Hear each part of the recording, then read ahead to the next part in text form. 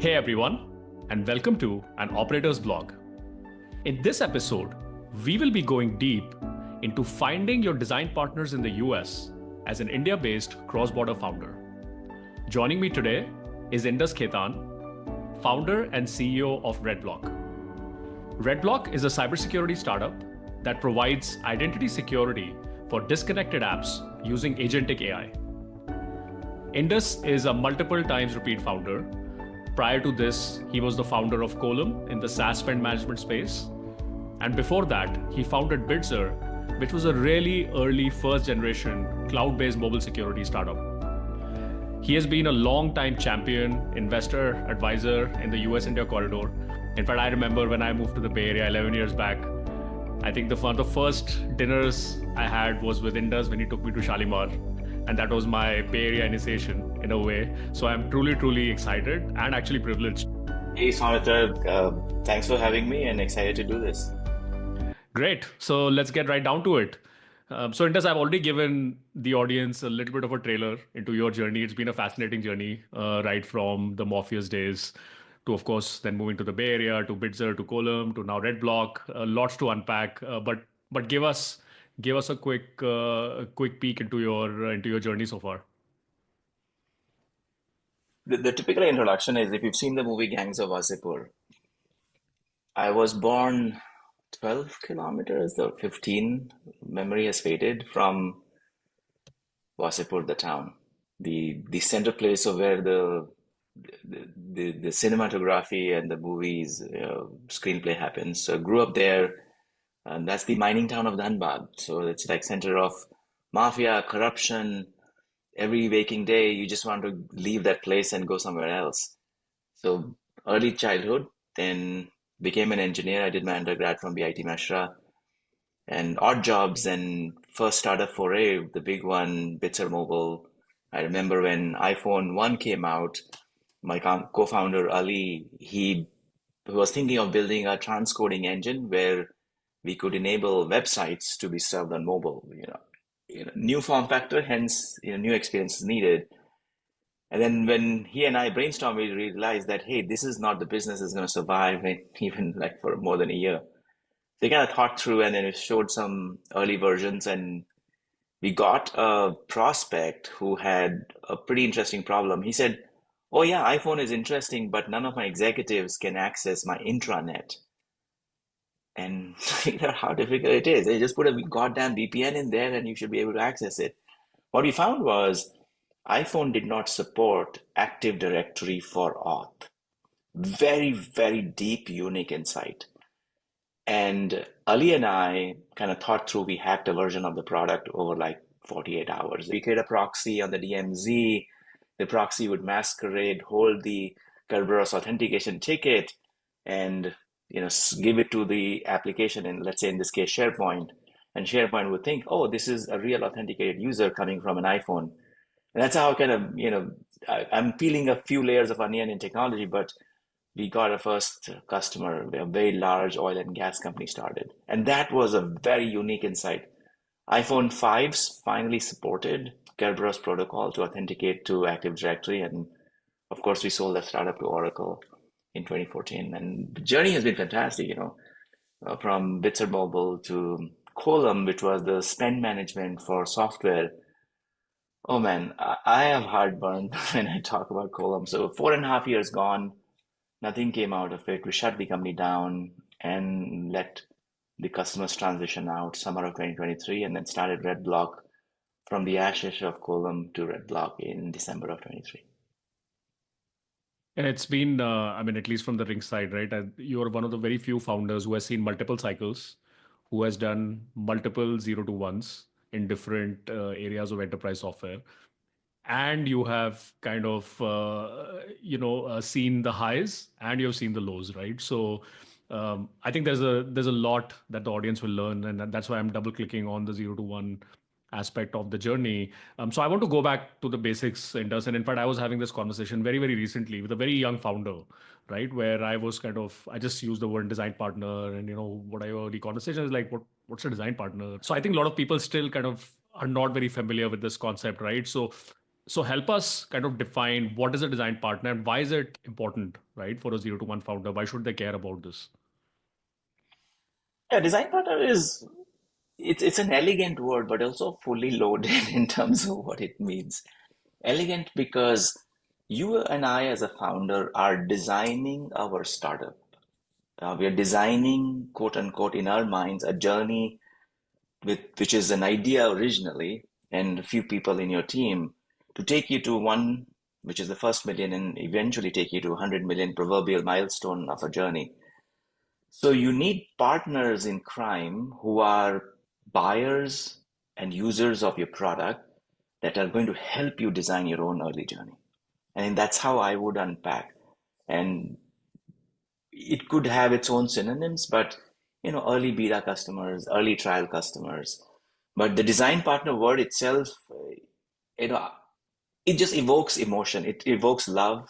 It evokes partnership. It evokes somebody you could take out for dinner and you don't talk to him for like 60 minutes, but he still knows what you want. So that's the word design partners. The early customers love this word because it brings, like a camaraderie between that relationship, if I can use that word. So, I think that's the design partner word. And it's incredibly challenging to find early design partners on one side, but equally satisfying if you found one and you work with them for 6 to 12 to 18 months to build the first version of the product. Yeah, it's very fascinating, right? I mean, actually, now that you are mentioning it, I was just thinking really on the fly, right? I mean, there's always this terminology around the technology adoption curve. So you had the innovators, the early adopters, right? And I remember when I kind of entered venture more than a decade back, right? At that time, design partner was not used as a terminology. So it seems like somewhere along the way it got introduced. That's true. So when we were doing Bitzer, I did not know that this word existed as design partner. We found the largest oil and gas company in the world as an early customer.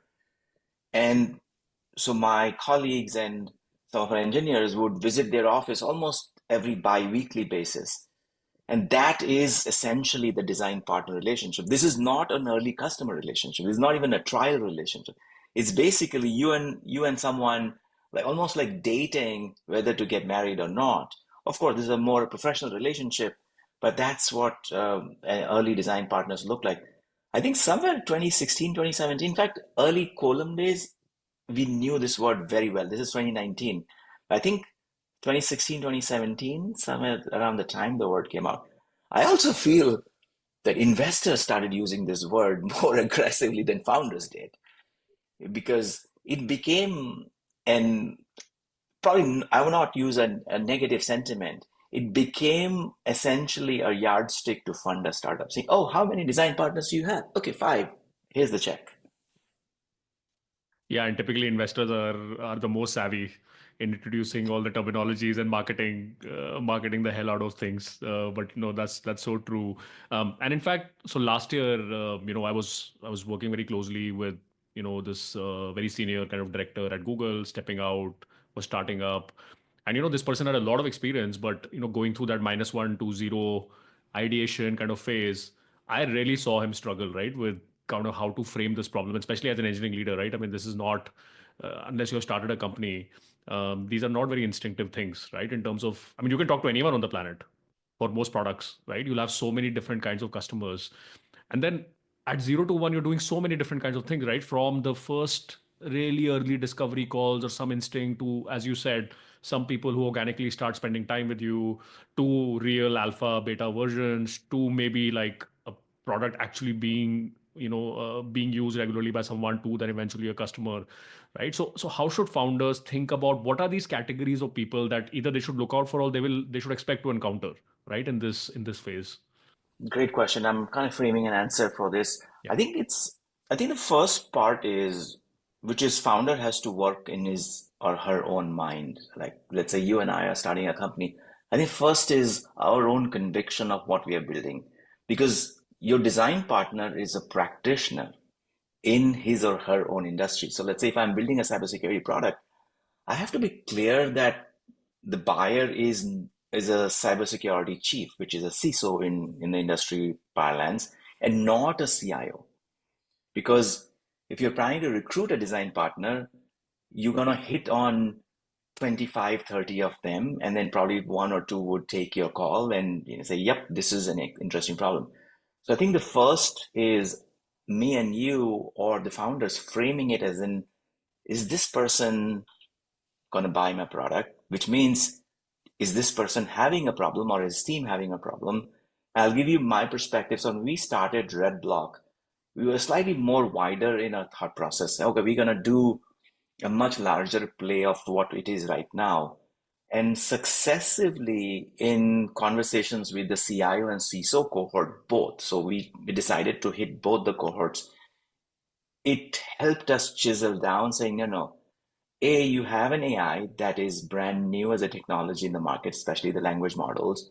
B, you are solving a problem in cybersecurity that has not been solved. You're trying to marry these two impossible things together. So you have to really chisel down on a very specific use case. And then we found a few early design partners, and then we're building what we're building now.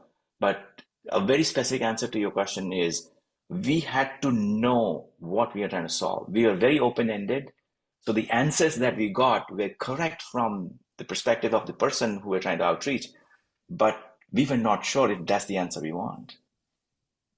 But would you really stick to very specific level of seniority, or would you, let's say, if there is a more kind of a more younger junior developer, right, who's still a great person to have, who might be a user of the product, is not necessarily the buyer, right? Would you spend time kind of talking to people up and down the organization, or would you really first hone in on, okay, this is exactly the kind of person that I need to speak to, and it could be from a title perspective or from a functional perspective?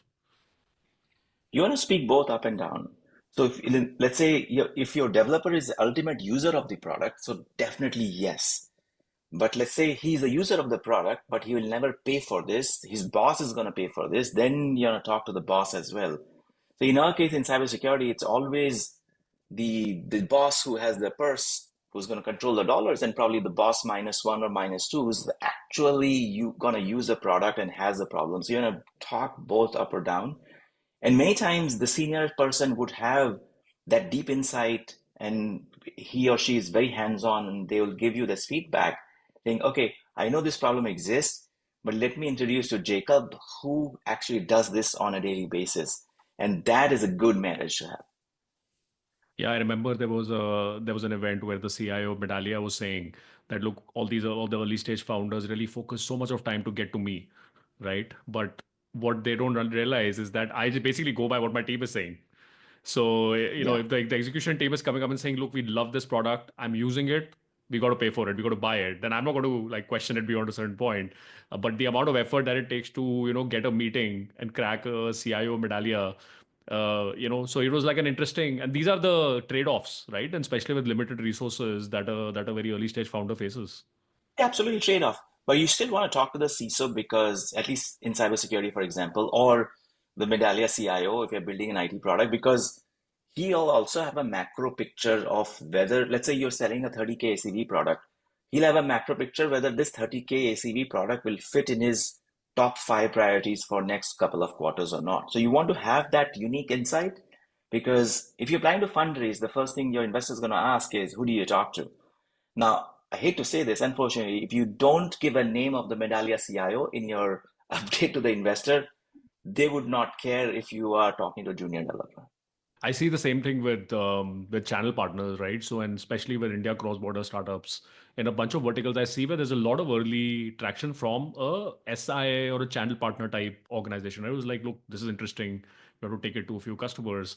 But if the founder doesn't have like the first party relationship with directly the customer or with a strategic, kind of a high enough leader at one of these customers, then it's hard to really know what is the extent of validation, right, around the product. Yeah, in fact, for channel, it's become triply or quadruply more hard because channel typically does not sell a no-name startup. Yep.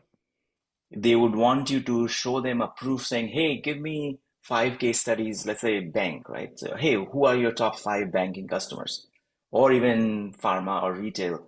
Because they are trying to sell this on your behalf to a customer. So you are not even present. So if they don't have conviction, all bets are off.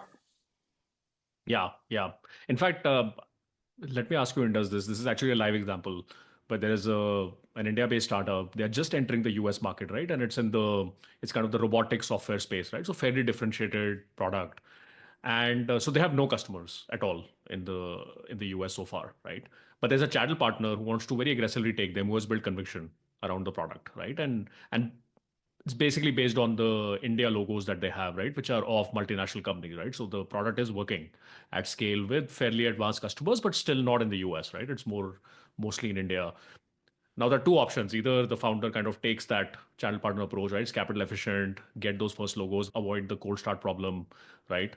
Or second is that, look, I go down this path, but to your point, in terms of fundraising, in terms of truly validating my assumptions, in terms of for me to learn about the GTM motion, right? Is this really taking me in the right direction? How should this founder think about this? I think the founder still has to grind out the direct sales. So there is no escaping the direct sales. So we do a little bit of a channel ourselves, but the channel is the cherry on the top. If it comes. We get deals, we get lead flow, opportunities, whatever it comes. But the grind is the direct outreach, the daily sales motion that has to happen because it's going to teach us, and in this case, it'll teach the founder one thing or two. You'll be surprised. The customer will tell you, oh, go work with John. He's my SI. And that introduction is 10 times more effective than any other introduction that if you go to John directly as an SI or a channel partner, because they are just looking at, oh, this customer is referring me to this startup selling robotic software. They will not care the context of it. They will just care, look at the logo in the email or the name that came, and you that starts a very good relationship. And that's because direct sales is happening. And I'm seeing that even in some of my portfolio companies where the company has hit 2 million ARR with a channel motion. But now there's a little bit of that plateauing happening. And actually, it's hard for the founder from an operating perspective to see it because there is still motion, right? There is still kind of a positive energy in that channel. But what I, from the outside, I'm observing is that you are actually struggling to uplevel your relationship or expand your ACV because you have no strategic insight into how the board of that company is thinking, how the CXOs of that company are thinking, where are the budgets going, where what is their 5 year roadmap, right? And you could actually be, instead of selling a 25K product, you could be selling a 200K product, but you have no kind of relationship there or no insight there. Or probably you're already selling a 200K product and the channel guy is not telling you. Hmm. So Very I interesting. think I agree to that. I think the muscle of going direct has to be built. It also gives sanity to that relationship between you and the channel. Because if the channel thinks that, hey, am I the only one he's banking on to get the sales ready, then the love is not there. But if you have, even if it's a one-person team, right? Even if it's just the founder, if the relationships are coming, you're hosting events for some of these customers directly, the channel guy, A, sees it as a threat that, okay, strong product, if I don't double down, they'll go direct, they'll acquire the same customers, I'll not get compensated. Second, the channel would love to see the velocity of this direct sales, the content that is coming out, the webinars being done, to use that to market to his base. Because I'm sure as a founder, you're not spending enough time enabling the channel. The content, the partner marketing, the events that you do, the compensation, the kickbacks that are given to that relationship. All of that will start maturing if the velocity from direct also picks up. Coming back to the topic of design partners, so another common scenario is this whole category of what I have defined as friendly design partners, right? So typically, classic scenario, a founder is stepping out, right? Typically, either a repeat founder stepping out of a big companies. There are some people who are just positively inclined on you, right? Either as a founder or the problem statement, right? So I think, for example, last few months I've seen Glean do a lot of that, right? Where if you are coming out of an ecosystem of any of the good kind of developers within Glean, then Glean is very aggressively saying that, okay, come work with us, build this within Glean, we'll use it, we'll give you that first customer, that first environment to get the product off the ground. So it's a friendly design partner, right? I mean, it's not a cold email where somebody's asking you the hard questions, or really like you have to encounter true objections. Um, how should founders think about this? How much credence to give to the friendly design partner? Go for it, not go for it. I think I mean go for it, but it may not end the way the relationship is expected to end.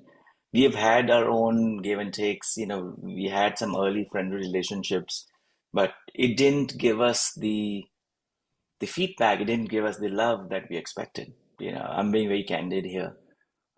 Whereas people who came through references, who were not known to me directly, but known to somebody who made the introduction, those relationships have solidified over last 6 to 9 months. So I'll give a very specific example. Aaron, who was the CISO of Electric AI, he was an early design partner for us. And I did not know Aaron before. And that relationship started cementing and started building up because of the value that we are adding and in the value that he was getting out of the product that we are building. And then feedback was just phenomenal. Like, do this, don't do that. I don't want this, I don't want that. It's friendly, but still very, very productive for us to take it back to the team. And the relationship did not exist. So there is no predisposition to any expectation coming into that relationship, right? So I have mixed bag on it. Friendly is a good starter. It also gives a little bit of a confidence to the founder that, hey, at least somebody's talking to me. And this is the problem. There's a hard core start problem is who do I talk to? So the easiest one is you pick up the phone and call to friendlies. So at least the friendlies make you think that, hey, you're not thinking in vacuum. There is some confidence in the market.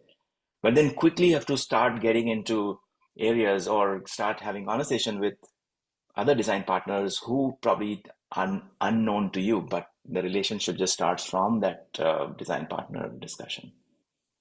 Yeah, and that's a difference I've always seen between, let's say, a first time founder and a repeat founder. Where first time founders, you are you're very nervous, right, on every aspect of building the company out. So you are trying to lean on to people to get going.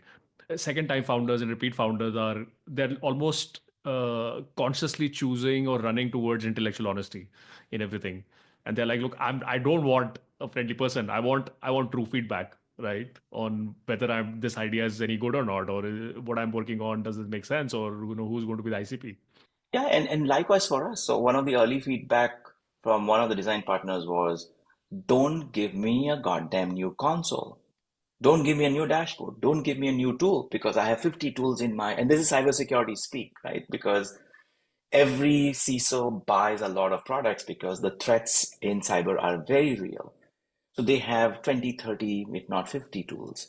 So if I go as a value prop, I cannot be seen as the 31st product to solve a problem. Of course, the problem is there, but I cannot be seen as the 31st product because then he's burdening or she's burdening their infrastructure team to use another product to solve a problem. And that becomes more of a noise, less of a solution. So he said, I like what you're building, you're solving a real problem.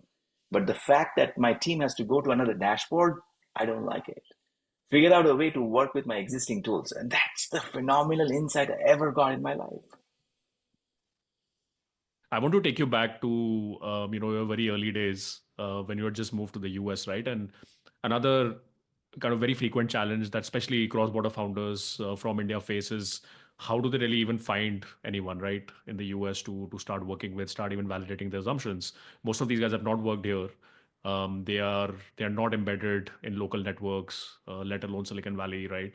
Most of them have actually not even gone to school here, right? So there's a real kind of problem of how to get that starting point. And they have built something interesting which some India customers are using, right? There's something there, right? But most software plays are global now.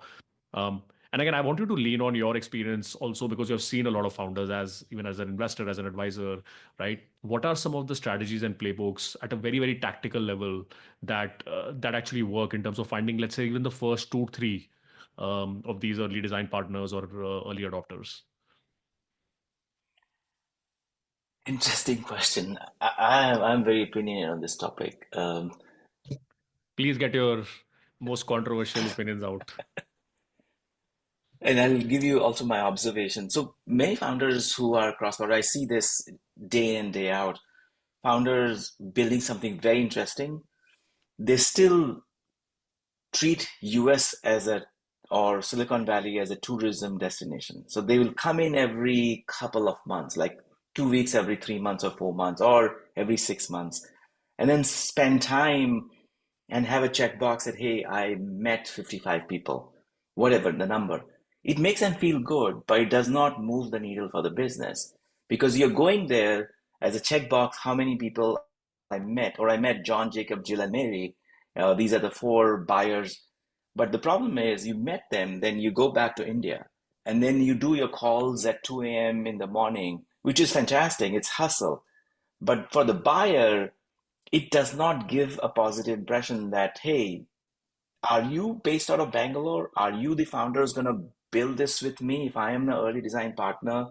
And how would the cross-border relationship work? How would support work? And then the trust level remains at the same plateau as it was when you met them in the first meeting. The second point, I'm going to tell this one, this is very controversial. So I see founders coming in groups from India. They'll come when there's an event happening. They'll come, let's say, during SaaSter. Fine. But the troubling part is they'll hang out with the other founders who are also coming from India. So then you're not expanding your network. You are, without naming organizations, they'll bring like the 25 founders in, and then they'll hold meetups where the same 25 founders are meeting the other 25 founders. Then they'll go to another place, the other 25 founders meet. So hence you yourself as a founder are not cross-pollinating with other groups. The first order of business is you have to unplug your, I hate to say this, unplug your India relationship. You think you have already moved lock, stock, and barrel. Maybe you moved for 6 months. You are just stationed here for 6 months. If you're married, bring your wife in here, bring your children here. There's no plan B. If you have to sell to a market, which is the United States, you have to burn that bridge. You have to move here and then start the sales process. And when you go through the grind of getting your kids to the school, getting your wife to work and find her job for her, you are molding yourself into the ecosystem. And this drives relationships with your prospects versus you calling and saying, hey, the weather in Bangalore is very warm versus, hey, I just moved to Milwaukee and it's kind of raining here. Those two sound vibes are totally different when you talk to a prospect. I almost think that it's better for founders to not come in these groups or caravans, and why only hang out in the valley, right? I mean, a lot of these guys, they should be hanging out on the East Coast. They should be hanging out in the Midwest, right? They should be probably spending more time in Dallas Go rather to than the valley. Dallas, like Yeah, look at the buyers in Dallas, yeah, go to Atlanta, yeah, look at the food company, look at beverages company. yeah, absolutely. Uh, in terms of qualification, right? I think as founders are kind of having conversations with many types of early partners, right? Are there some frameworks or approaches that you have used, right, to make sure that you're not spending time going down the wrong rabbit hole in these early conversations? Because it's very easy, right? Your product is still not fully baked out, so you can go in any direction. I think the answer there is volume. I'll give you our current Redblock example and Quolum's example. So Quolum, we talked to probably 150 CFOs or head of finances when we started building the product. Unfortunately, things didn't work out as we expected, and this was a pre-COVID conversation, and COVID just changed the game. Same thing here in Redblock. So again, I was talking to a couple of people in the team. We probably have had 200 plus conversations the last 12 months. And these are IT senior person or a CISO or somebody influential. So today our product is very chiseled into identity security. So anybody with, head of IAM architect, identity manager, vice president of identity, those are the titles we go after. So the answer there is volume. The reason is if you talk to a smaller set of people, they'll give you their current pain points, may not be applicable to your product in the longer vision, but may be applicable to the product now. And you wanna hear that same answer from multiple people. Of course, you still want to tease out what you're building because if you're building in a space which is non-commoditized, category does not exist, then what works is the problem statement that they are facing, not the solution that they want. Because, and that's the dissonance, right? Because you're building a solution which probably does not exist, should marry to the problem statement versus what they're expecting, that hey, build this for me in this particular way. Absolutely parse that out in the greatest nth degree before you build this product. I don't think there's a framework, but I think the volume is the framework. You talk to enough people that you feel good. Did I talk to 100 people in the last couple of months? Am I satisfied with the responses? Do I have enough insights that could help me tease out the product that I'm building? And then kind of the second layer of that is multiple types of ICPs, right? So there is the whole YC building for the YC companies model, right? That was kind of used a lot, at least a few years back. Then there is kind of the mid-market kind of a customer. Then you have a very, very large enterprise customer, right? And I think maybe Redblock is actually a good example of this, where everyone has their own cybersecurity needs, and every kind of ICP will take you in a different direction. The time to market, how you show traction. Then there's a fundraising consideration. How should founders think about these three ICPs? What to prioritize? Should they prioritize on one? Should there be a pull or there should be a push? Should it be kind of more from a strategy perspective that look, there's a strategic call that I'm going to only build for enterprises this time? Or is it more of, hey, who's pulling my product more, right? Like what are some of the things that you see? I think off the bat, you still want to have your own conviction in mind, saying, hey, what I'm building is for SMB mid to large or prosumer market. I think that parse out has to be very important because that's dependent on who you are as a DNA, as a founder. For example, I am not a prosumer guy. I can't even think of selling to a team of one or team of five because I'm not wired that way. I've always grown myself as an enterprise software person. So the best I could think is lower mid SMB. In fact, my SMB knowledge did not exist until my ChargeBee days. I had no idea how SMBs even worked. And why would somebody buy a 2000 ACV product? Because all my training was as a mid to large enterprise software, 500 employees. So ChargeBee gave me that very strong insight into the SMB world. So as a founder, starting out, you have to have that in your back pocket that I understand the buyers in these three segments very well. Or even if I don't understand, I know how to sell. I know how to design a website. I know how to design a product. I think that's foundational. And then, if you talk to 100, people in that category, they will tell you either, hey, doesn't make sense, never work, and you agree or disagree.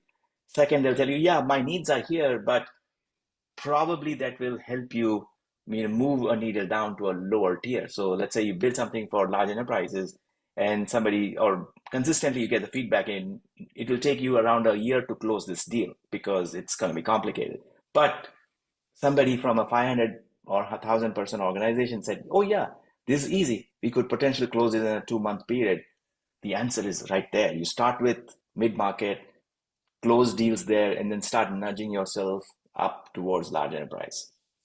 Yeah, and I think that's a great point, right? One scenario that I see a lot is, okay, you start off, you have an enterprise customers really leaning in, but the cycle is so long, right? Of eventually getting to revenue or eventually even figuring out that, hey, is this a kind of a real customer or not? But in the meantime, you're getting pulled from like these smaller companies, could be even like startups, right? But you can quickly get going. They'll probably help you. They're usually operating at the edge of whatever field they are in. You can get quickly the product going, right? And these are kind of very, very nuanced trade-offs as a founder because you're also under pressure from a fundraising numbers perspective. Uh, how should founders think about this? Do you still hold to that conviction of saying, look, yeah, this is large enterprise, or do you react to what the market is, how the market is kind of pulling you? I think the answer is in the product.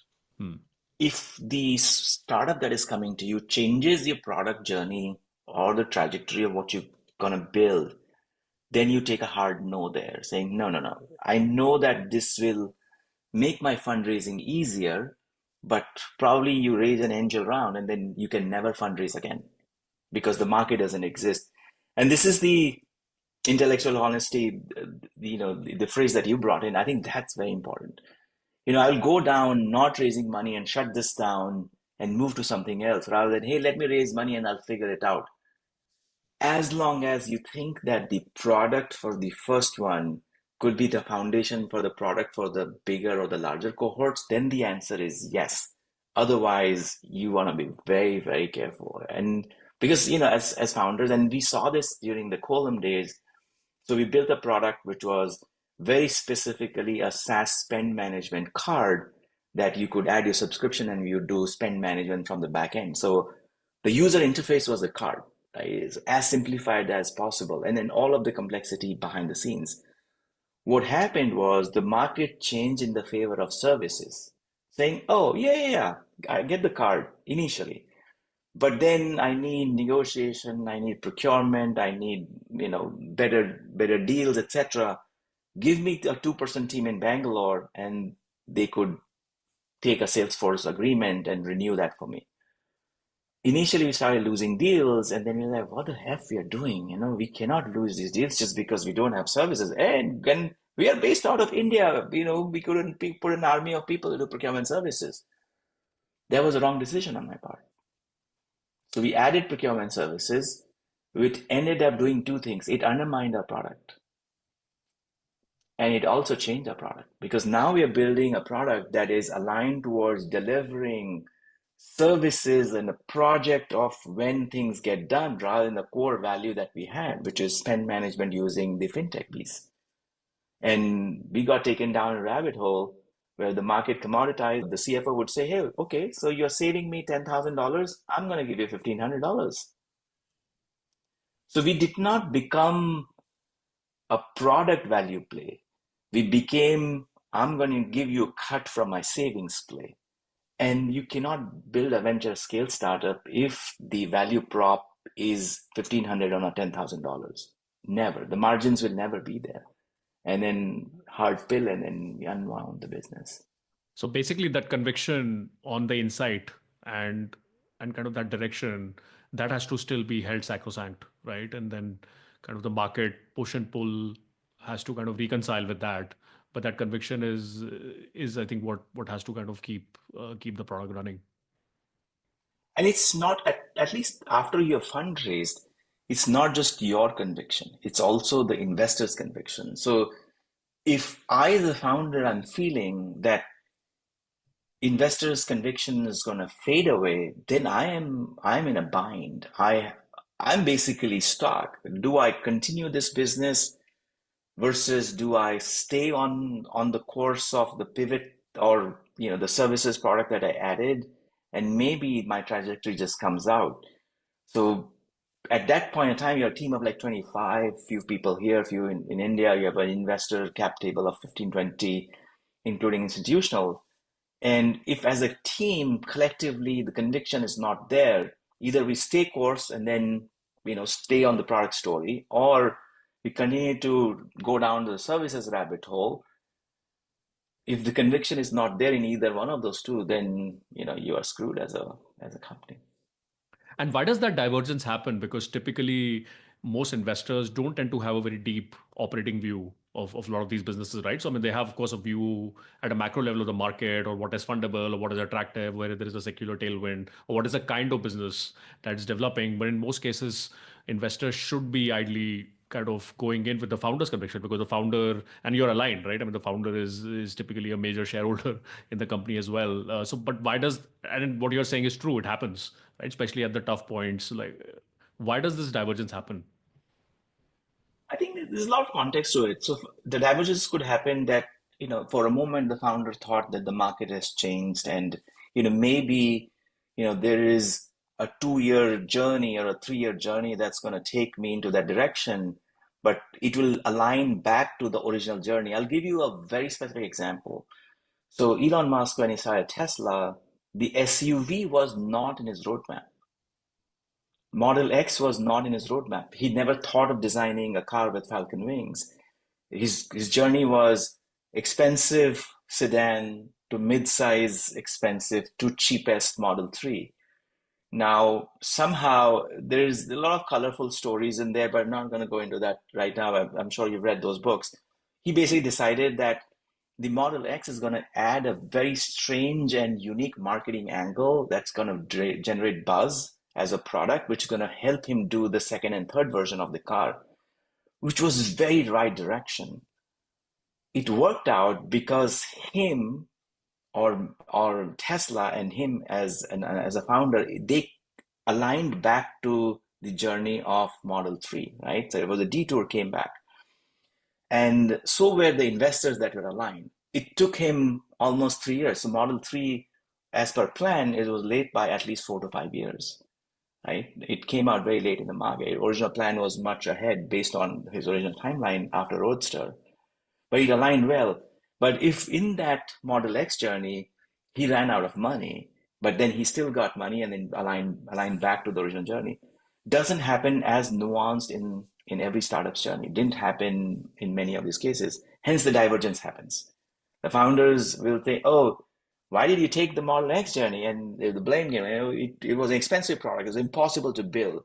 It costs more than to build the car than the money that a buyer is paying for. You're losing on every car, and it derails us. And the divergence happens, and the alignment between the investors and the team and the founder. If you know the history, many people left because of the dissonance that happened within Tesla, because Elon just decided he's going to do Model X. I think that's where, in a much more compressed timeline, in a much more smaller fundraise events for smaller startups, that divergence happens. And I always say that, having a fully aligned cap table is probably one of the biggest enablers for a founder, and something that I think it's the biggest service that investors can provide to a company, right? Right and wrong, who knows? But at least aligning on the direction where the founder is kind of showing conviction, right? From an operating perspective, I think it's usually so important. But coming back to our design partner topic, uh, and you have done this many times, right? So maybe let's take the example of Redblock right now, because I know you have been doing the 0 to 1 for the last few months. What does your tool stack look like? What are some of the things? What are some of the products, platforms, social media, to like finding partners, to research? What are some of the things you're using right now? LinkedIn, every day. And then LinkedIn is a primary tool. Of course, there are back-end CRM, spreadsheets, um, some of the journeys to be automated so that you don't have to spend time. Outreach could be done. Of course, it doesn't matter about which tool you use. LinkedIn has a throttling mechanism. For example, you can't do between more than 100, outreaches per week. So you have to be very strategic about who you talk to. You also reach out to people in the know, like in common connections. Since we're cybersecurity, I use many of the cybersecurity event platforms to build relationships with potential buyers and then bring them into the conversation. So I think LinkedIn is the primary tool. Actually, that comes. I wanted to ask you this question, and across the three, so Bitzer, Quolum, and now Redblock, have you found Twitter and X kind of to be helpful in any way? So early days of Bitzer, yes. So when Twitter was its own original Twitter, I used to be very active on Twitter because it gave me two things. It gave me media stories. I'll engage with PR or newspaper and magazine editors, and they would engage with me. It would also give me prospects for my engineering funnel. So a couple of people whom we recruited, they're very active on Twitter because they built something. So I used to engage with them. So early days of, I think Twitter was very effective. So I think we did a recruitment drive back in Bitzer. PHP was our platform for our front end. So in fact, I now remember we recruited two PHP developers from some hackathon and they were talking about it. It has decreased quite a bit. I so I do my bullshit on Twitter. I'm sometimes serious, but most of the time, because I know that Twitter now requires a lot more time investment to bring the same engagement level because its algorithms are rewarding people who are monetizing Twitter directly. So if you have a subscription, if you post, long, boring, cliched Twitter threads, that gets most engagement. Hence, if I have something of substance, which is one tweet, I don't want to spend my time on it. So all of my engagement has moved to LinkedIn these days. So any content I sometimes do because I have a Twitter account, at least let's just publish it. But it doesn't come to my mind that I'll get anything out of it. Any other non-obvious offline or online platforms that you have found a lot of value in? I know some founders kind of have actually found value in Reddit in different ways. Yeah. Reddit, yes. So I do a lot of, in fact, for Redblock, We did a lot of foundational research within very specific Reddit forums because people were there and complaining about, hey, this is not working. I don't get the data. We also scoured the forums of our now, some of the potential partners and now partners because their customers are complaining about it. Hey, why it doesn't work? There is a spec, but it doesn't work. So I don't want to name them, but you know, we built a small scraper which brought those threads into a spreadsheet, and then we did a search on them. Yeah, yeah. And does it make sense at a 0 to 1 that design partner type stage to actually attend offline events like conferences or? Yes, Hmm. very specific, targeted. I would say we should divide the events as practitioners as trade events and startup events and investors event, like three, right? I would ignore 100% of the last two. In fact, I've stopped going to many of these events because, yes, I will build a relationship. Occasionally I'll find an investor. For example, yesterday I was at the Llama Lounge event. I had only two very specific goals. I had like 4 or 5 investors whose names that I saw on the Llama Lounge Luma page. So I wanted to figure out whether I could meet them. I met 3 of them. And then I want to do some intern recruiting from Stanford. So very specific goals, but otherwise that event is, like there are a lot of people there. It has a purpose, but not for me from a founder what I want to accomplish. So I go to very specific industry trade events. For example, there are industry bodies within cybersecurity, which I used to participate like 10 years ago, then I lost touch. So ISACA, ISC squared, of course, RSA that is coming up in a week or so. So very specific trade events, and every founder should focus on trade events. They find out the pockets of trade pubs and their events that are being hosted, or associations in your industry. Go to that. Even if it's a 10-person meet, go participate. And do you have a playbook for how to kind of get the maximum value, especially out of these very large RSA type events? Because most founders don't have the budget. I mean, they don't have a booth or anything, right? I mean, you're attending. How do you get value out of this? I would highly recommend. So if you have a product that you're selling, you have design partners that you are in a sales motion, you have to figure out the smallest contribution that you want to make to an industry event. It does two things for you. It rallies your internal troops to figure out a strategy to participate with a larger audience. That's one. Second, if you spend time, let's say even organizing a dinner, it gets you to refocus on the ICP and then people you've engaged and bring them together at a meetup. My sense is a little bit more colorful. I think even if you've raised 1 million and let's say RSA is charging $15,000 for a booth, go do that. Two things.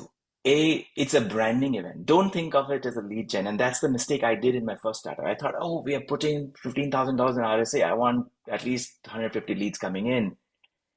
And at the end of the event, 3 of us as founders were like depressed. Oh yeah, nothing happened. Not even interesting leads coming in.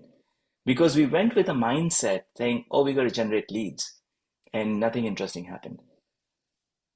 At Quolum, we changed the mindset. Say, hey, no, we're not here to generate leads. We're gonna, make a show. We're gonna generate demand, build branding and awareness. That gave us a $200,000 pipeline. And same thing we are repeating for Redblock at RSA. So at RSA, we are running this. Where's my card? That's in my bag somewhere else. So we're running a very interesting Take the AI challenge where you come to the booth and you guess how much time the AI agent will take to complete a task. Let's say I'll take identity security. So one of the tasks in identity security is removing a user from an app. So instead of a human removing a user manually, you instruct the AI, hey, go do this for me. The human would take probably 15 minutes if a ticket is filed, probably a day if they're not watching Netflix. The AI will do this in seconds. So we are shipping a GPU cluster on the booth, a fine-tuned model specifically for these tasks.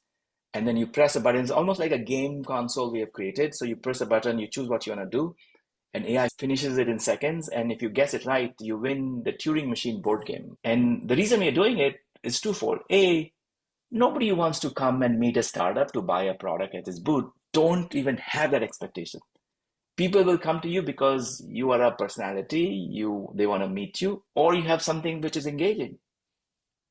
That is such an important reframing. Thank you for sharing that, actually, because this is a very common operating discussion, GTM discussion I've had, right, where people spend so much of this effort, come down around SaaSter, and literally go back dejected. And I think a lot of it is just expectation setting and what you are willing to get out of it, right? Leads is the wrongest expectation setting for industry events such as RSA for the size of it, or for any event of that size. The buyers are not coming to your booth. The buyers are in keynote sessions. The buyers are in very specific industry specific talks. They're not at your booth. In fact, that is I'll share my own experience even as an investor.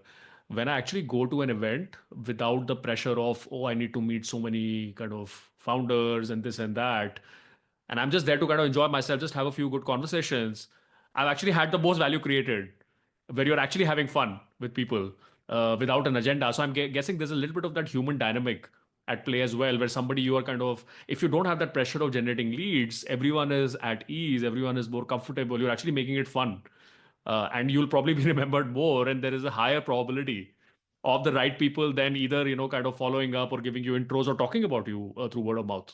Yeah, and unfortunately, the reason the leads come into picture because there's so much focus on CPL or lead gen. If I'm spending $10,000, my cost per lead generally is, let's say, $100. I expect at least 100 being generated from this event or 1,000 being generated from this event.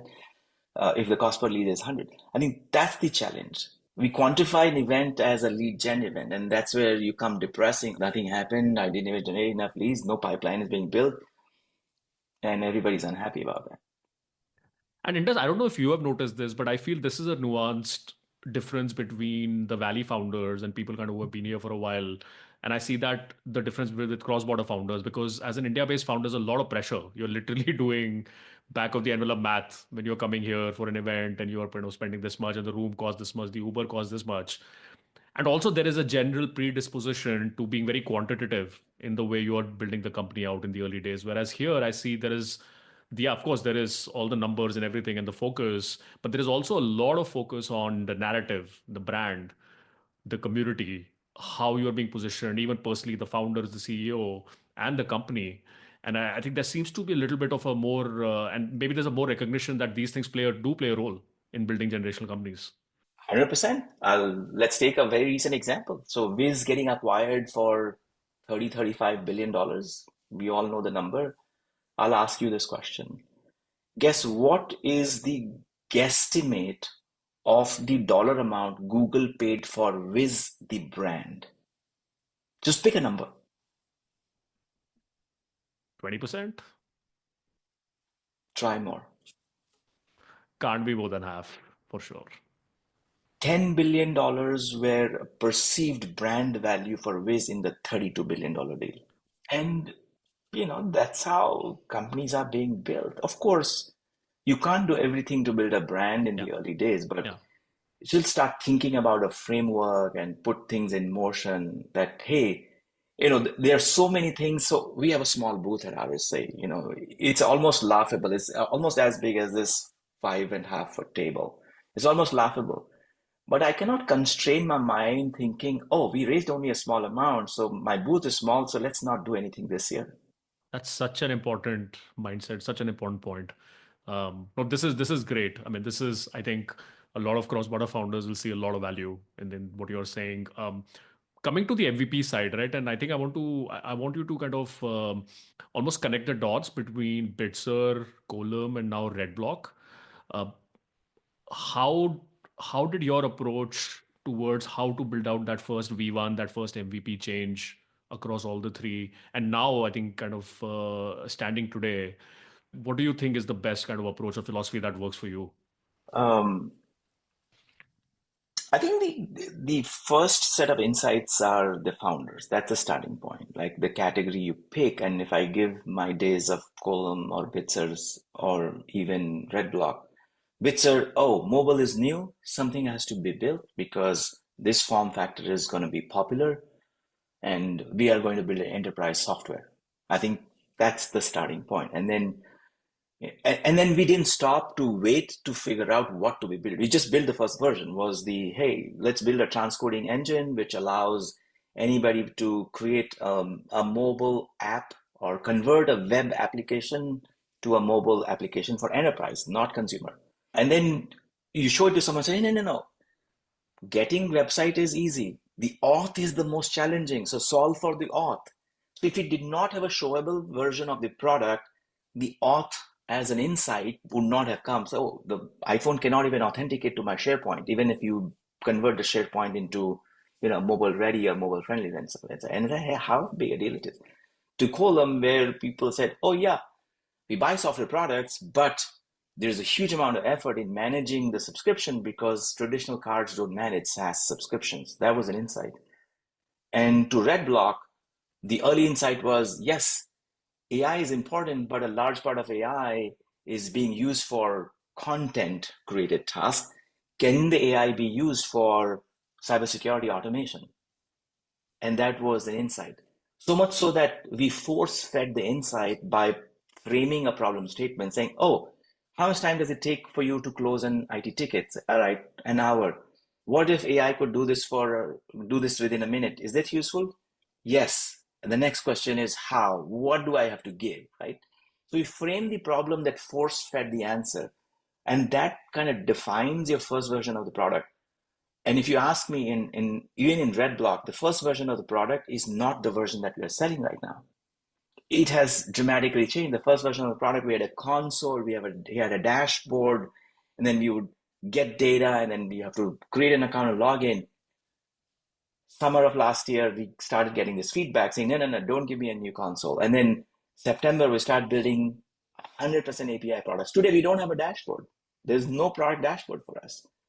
And we took a very unique go-to-market saying, we're going to work with existing identity security vendors. So if you are a governance vendor, you are, let's say Savient, which is now our partner. We announced a product integration last week. If you are a PAM, which is access management, or a PAM vendor in identity or in privilege, we work with the existing vendors because Aaron told us, don't give me a new dashboard. Work with because if you're solving a problem that has not been solved before, but your looking glass is not going to change, you don't want to give another looking glass. You want to make the scenery better for that same looking glass. And that's the insight. And whatever we do now, it's assumed that this looking glass is not going to change anytime soon. And does that kind of the old adage that there should be a very sharp use case or a job to be done, right? That your problem, your first V1 should be solving. Does that still hold? Or do you feel that, look, if you have to do many things to enable that value to be delivered, then you do that? There are two answers to this. So we chiseled in a way that the first version of the product is completely hidden behind the scenes. It's not, we don't even talk, there's no backlog in my Jira on that first version of the product. The version that we sell now, that's the version we are selling, and the story has also evolved. That's the part one, that you don't want to be selling two different things to two different cohorts or the same cohort. If you're selling to the same cohort two different things, the cohort is confused. If you are selling two things to different cohorts, you are confused because you have story one for this, story two to this, right? So you have to chisel out. Now, the thing that we learned, if you're changing the story, you're changing the product, and in your mind, you still feel that maybe in future the V1 will become relevant because you're early, you use this very unused tactic in product dev, which is feature flagging. To tell you the truth, our dashboard is not dead. It is feature flagged to completely hide it. It's not there. So the only piece that we have on a dashboard is manage the API key. So you log in, you get the API key, manage the API key. Everything is there, is feature flagged out. This insight we got at Quolum. It wasn't there for Bitzer. So I realized that I'm a product guy. But the market may not be ready for what I'm building. And I have a team which has a velocity of building. We would keep on building, but not show it to anybody. And we'll feature flag. The only user of the product new feature is us as a company. So because we will also have our spend card as Quolum, we will use everything that we have built. But with customers, the same 5 things that we have promised. And that tactic at a very lower level works phenomenally well. So you're not overburdening your team. You're not overburdening your UI guys because you have something, it is feature flagged out, customers are not seeing it. And if you think you're going to come back, you feature flag it out. I'm going to note that feature flagging, very important insight. Coming to pricing, again, there's a lot of fuzz around this as well, right? Especially with design partners. How do you even have a pricing discussion? Should you even charge people, right? How much should you charge? Do you become a hostage to those early pricing models or pricing plans, whatever that you have? Um, any thoughts there? I don't think you'll become hostage to your pricing plans, at least in enterprise. So in if you're selling to prosumer and SMB, you could become hostage. You could become the talk of the town, but that's for a day or two. You will be lambasted on Twitter. People will go jugular on you, but who cares, right? You change the pricing. Some people will be unhappy, but you grandfather them to better pricing, give them perks. You kind of mollify that prosumer cohort down. The love of the enterprise is you can change the pricing on an hourly basis because nobody would know what the real pricing is. And not from a negative perspective, but the price discovery does not complete ever in enterprise. You do not know what the value is until you hit, let's say, 1,000 customers.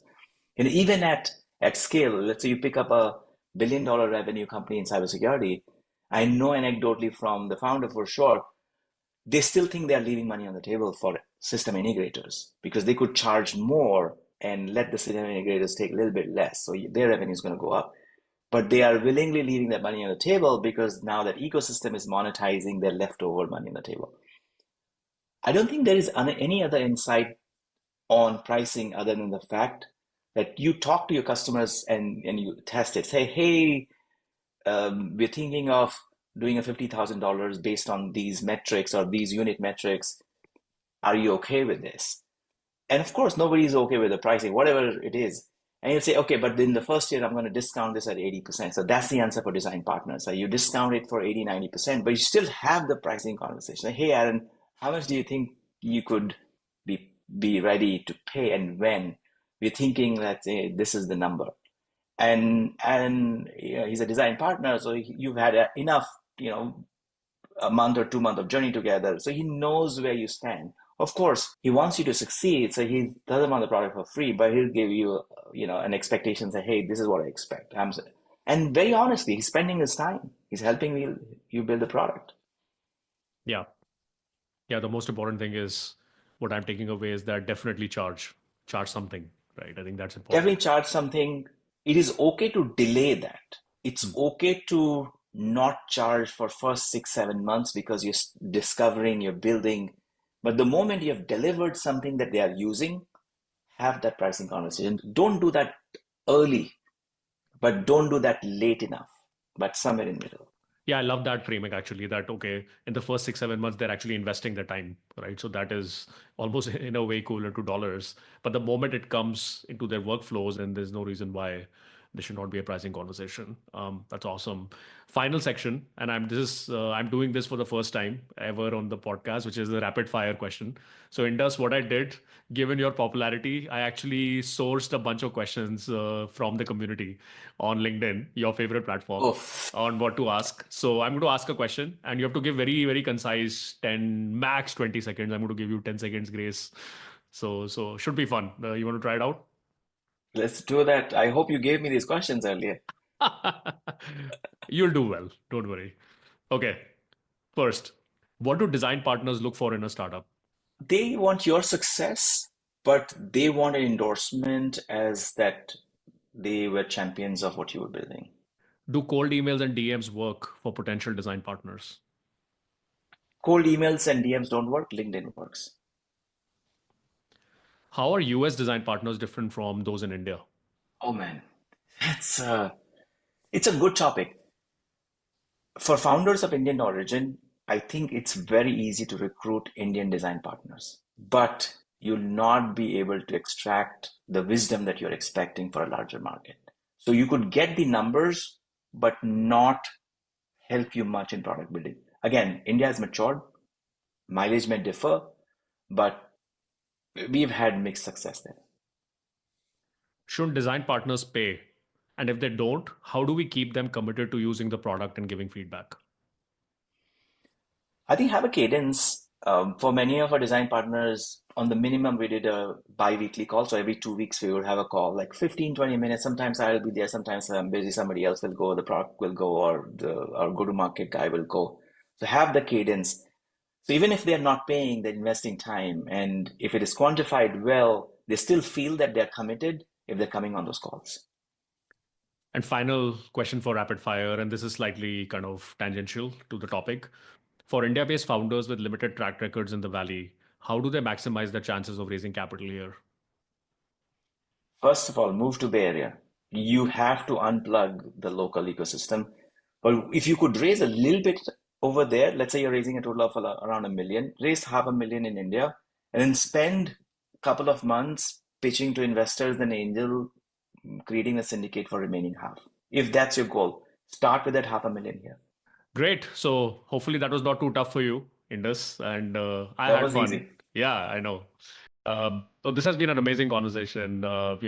I personally learned a lot, and I always do whenever I chat with you. And I think this was incredible. Very few times I've had a guest who has had such varied experiences. And also, you also have a lot of empathy for cross-border founders, right? So I think the context that you brought to the conversation was super helpful. So thank you so much for taking out time. I appreciate that discussion that we started 11 years ago, 12 years ago over a discussion, and then now we bump into each other. And thanks for doing this.